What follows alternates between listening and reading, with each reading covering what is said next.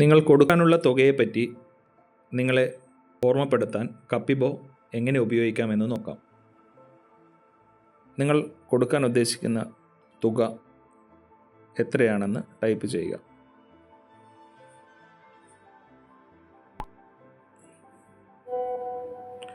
വന്നിരിക്കുന്ന മെസ്സേജിൽ select button click ചെയ്തതിന് ശേഷം കൊടുക്കാനുള്ളതായി മാർക്ക് ചെയ്യുക.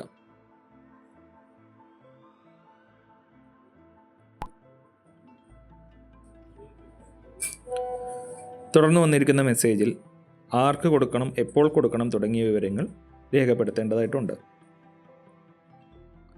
ആഡ് ബട്ടൺ ക്ലിക്ക് ചെയ്തതിന് ശേഷം ആർക്കാണോ കൊടുക്കാനുള്ളത് അയാളുടെ പേര് രേഖപ്പെടുത്തുക. ബാങ്ക്, ഫോൺ നമ്പർ കൊടുക്കണമെന്നില്ല. എന്തിനായി കൊടുക്കണം എന്നുള്ള സ്ഥലത്ത് നിങ്ങൾ എന്തിനാണോ കൊടുക്കാൻ ഉദ്ദേശിക്കുന്നത് അത് മാർക്ക് ചെയ്യുക.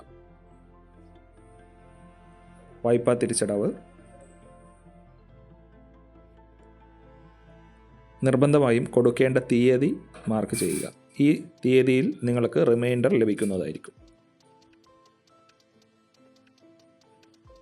മെയ് 11 സെലക്ട് ചെയ്തിരിക്കുന്നു. സേവ് ചെയ്യുക. ഈ വിധത്തിൽ 11-ാം തീയതി ഈ ഇടപാടിനെക്കുറിച്ച് കപ്പിബോ നിങ്ങളെ ഓർമ്മപ്പെടുത്തുന്നതായിരിക്കും.